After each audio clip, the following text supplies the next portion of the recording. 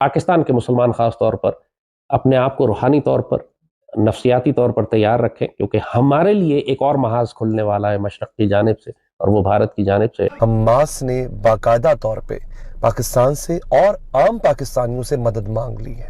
ہم ان کو اسرائیل کے ظلم سے نجات دلائیں گے۔ اچھا، مزے کی بات یہ ہے کہ وہ جو آرگنائزیشن جو کشمیر میں انڈیا کے خلاف لڑ رہی ہیں، اس کو تو انٹرنیشنل کمیونٹی دہشت گرد قرار دے چکا ہے، اور آپ چلے ہیں حماس کی سپورٹ کرنے۔ کیا آپ سوچ سکتے ہیں کہ ذمہ داری ہمارے کندھوں پہ آن پڑی ہے کہ فلسطینی جس دن ہمیں پکاریں گے، جس دن ہمیں وہ آواز دیں گے، ہم چلے آئیں گے، ہم ان کی مدد کریں گے۔ ماضی میں ہم نے اپنی عوام کے اندر یہ تاثر دیا ہے کہ عالم اسلام میں کوئی مسئلہ ہو اسی حاضر ہیں، فری لانسر۔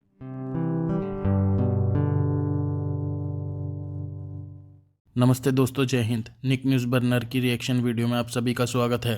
دوستو، جیسا کہ آپ نے شروعات کی ویڈیو میں دیکھا ہے کہ حماس نے دنیا کے بڑے بڑے دیشوں کو چھوڑ کر بھکاری دیش پاکستان سے مدد مانگی ہے۔ اب پاکستان جیسا دیش کسی کی کیا مدد کرے گا جو دوسرے دیشوں میں خود ڈالروں کے لیے گڑ گڑاتا پھرتا ہے؟ اسے دیکھ کر یہ جان پڑتا ہے کہ چور چور موسیرے بھائی۔ حماس کو پتا ہے کہ کوئی بھی دیش اس کی مدد نہیں کرے گا، اس لیے اس نے پاکستان سے مدد مانگی ہے۔ پاکستان تو کٹورا لے کے دیشوں میں کے چکر لگاتا رہتا ہے کہ کوئی دیش اسے مدد کر دے، لیکن اسے کوئی بھی بھیک نہیں دیتا، اور لال ٹوپی بھی کبھی کبھی اپنے بل سے باہر آ جاتا ہے۔ اس نے بھی اس بات پر اپنی رائے رکھی ہے۔ ویسے تو وہ اگلتا زہر ہی ہے اور بل میں چھپا چھپا لڑائی اور جنگ کی باتیں کرتا رہتا ہے۔ اور دوستو، ایسی ویڈیو ہم آپ کے لیے لاتے رہیں گے۔ اگر کسی نے ہمارے چینل کو سبسکرائب نہ کرا ہو تو پلیز سبسکرائب کر دے اور بیل آئیکن ضرور دبا دے۔ تو آگے کی ویڈیو بہت ہی رومانچک ہونے والی ہے، چلتے ہیں آگے کی ویڈیو کی طرف۔ دھنیہ واد۔ بڑی حیرانگی کی خبر یہ ہے کہ حماس، جس کو بہت سارے ملکوں نے ایک دہشت گرد جماعت ڈکلیئر کیا ہوا ہے، کوئی ملیٹنٹ کہتا ہے، کوئی دہشت گرد کہتا ہے، اس کے لیڈر جو اسماعیل ہانیہ ہیں،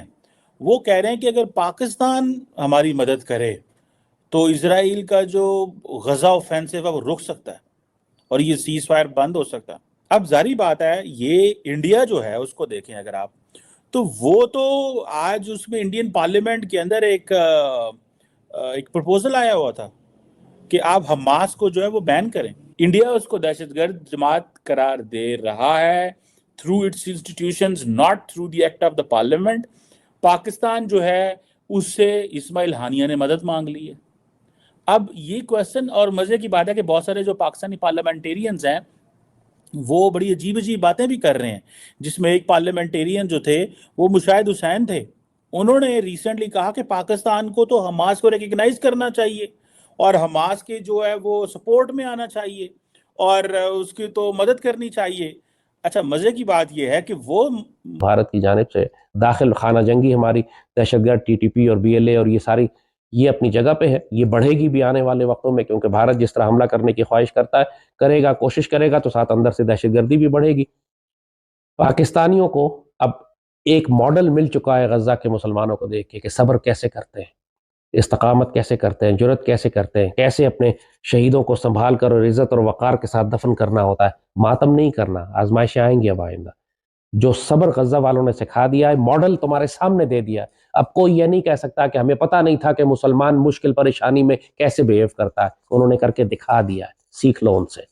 اپنے آپ کو بہت زیادہ مسلمان ہم سمجھتے تھے نا، پتہ لگا کہ ہم دھیلا اسلام نہیں جانتے تھے۔ آنے والے وقتوں میں پاکستانی تیار رہیں، اب آپ آزمائے جائیں گے، بلکہ اکثریت عذاب میں مبتلا کی جائے گی۔ اسلام آباد میں کانفرنس کی، اس کانفرنس میں اسماعیل ہانیہ کا بیان کروا دیا اور کہا جی کہ پاکستان اگر ہماری سپورٹ کرے، ٹھیک ہے جی، تو ہم بڑی بات ہے، پر پاکستان کیسے سپورٹ کرے؟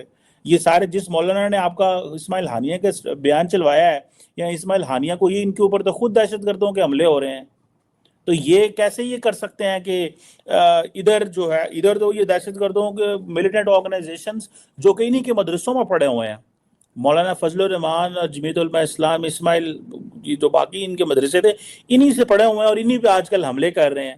تو یہ کہ آپ نے لوگوں کو بھیجیں گے وہاں پہ، مدرسے کے لوگوں کو، جاؤ فلسطین میں لڑو؟ تو اسماعیل ہانیہ تو پاکستان کی فوج کو اور پاکستان کی ریاست کو کہہ رہے ہیں کہ پاکستان ہمارے ساتھ کھڑا ہو۔ تو وہ ظاہری بات ہے، انہوں نے ایک سٹیٹمنٹ داغ دی ہے، لیکن اس کا کوئی رسپانس تھوڑا ہی آنا ہے پاکستان سے، کیونکہ وہ ایک پولیٹیکل پارٹی کے جلسے پہ کر رہے تھے، تو وہ پولیٹیکل پارٹی نے انوائٹ کر لیا اور انہوں نے کہا بات ٹھیک ہے، چپ کر کے تسی اسماعیل ہانیہ کا بیان چلا دیو، آپ پوری دنیا میں وہ سپورٹ چل کر، اور پھر کیا ہوگا؟ لوگ ڈریں گے کہ یار وہ دیکھو یہ جماعت جو ہے وہ کیا، یہ صرف ووٹوں کی سیاست ہو رہی ہے۔ آپ دیکھیں نا، یہ ٹرانس نیشنل اسلامک پالیٹکس جو ہے یہ ساری ووٹوں کی سیاست ہے. کیا آپ سوچ سکتے ہیں کہ ذمہ داری ہمارے کندھوں پہ آن پڑی ہے؟ ذمہ داری پہلے بھی ہماری تھی، لیکن آج سے پہلے ہمارے پاس ایک عذر تھا کہ فلسطینی جس دن ہمیں پکاریں گے، جس دن ہمیں وہ آواز دیں گے، ہم چلے آئیں گے، ہم ان کی مدد کریں گے، ہم ان کو اسرائیل کے ظلم سے نجات دلائیں گے. لیکن اب جو خبر میں آپ کو دینے جا رہا ہوں، جو بات اب سے کچھ منٹس میں ہونے جا رہی ہے، مجھے یہ بتائیے آپ پہ، مجھ پہ، ہم سب پہ کیا ذمہ داری بنے گی؟ جی ہاں ناظرین، یہ بات بالکل سچ ہے، مستند خبر ہے کہ حماس نے باقاعدہ طور پہ پاکستان سے اور عام پاکستانیوں سے مدد مانگ لی ہے. حماس نے پوری دنیا کو چھوڑ کے پاکستان سے مدد مانگی ہے. میرے دوستو، یہ کوئی چھوٹی بات نہیں ہے. کہاں فلسطین ہے؟ کافی دور ہے. فلسطین کا پاکستان سے فاصلہ بہت دور ہے. ہر مہینے 40-50 ہزار 30 ہزار 50 ہزار مسلمانوں کی شہادت، اور وہ نقصان، وہ ایک ہے نقصان جو ہمیں برداشت کرنا پڑے گا امت مسلمہ کی بغیرتی کی وجہ سے، بے شرمی کی وجہ سے، بے حیائی کی وجہ سے، اور اس کی مکافات عمل بعد میں ان سارے ملکوں کو بھگتنا پڑے گا. کہ یہ ہو نہیں سکتا کہ آپ ایک مسلمان کو تکلیف میں چھوڑ دیں اور اس کے بعد اللہ آپ کو تکلیف میں نہ رہنے دے، آپ کو بھی تکلیف میں ڈالا جائے گا، اور اس وقت کوئی اور آپ کی مدد کرنے نہیں آئے گا. یہ عذاب ہوگا اس بے شرمی اور بغیرتی اور بے حیائی کا جو آپ نے مسلمان کو تکلیف میں دیکھ کر کیا تھا. لہٰذا یہ مکافات عمل آئے گا مسلمان ملکوں پہ. سب تیار رہے. جن کی حکومتوں نے، جن مسلمانوں نے اس فلسطین کے مسلمانوں کی مدد نہیں کی، ان کی باری بھی ہے آج، کل، پرسوں، کچھ عرصے کے بعد. لیکن ہلاکو خان جب ایک سلطنت کو تباہ کرتا ہے تو اس کے بعد ساروں کو تباہ کرتا ہے. یہ اللہ نے تاریخ میں پہلے بھی کر کے دکھا دیا. ہم کوئی عجوبے نہیں ہیں، ہم کوئی اللہ کے اتنے محبوب نہیں ہے کہ ہمارے ساتھ وہ ایسا نہیں کرے گا. ہم بے شرمی اور بغیرتی دکھائیں گے تو مکافات عمل پھر ہمارے ساتھ بھی ویسے ہی ہوگا.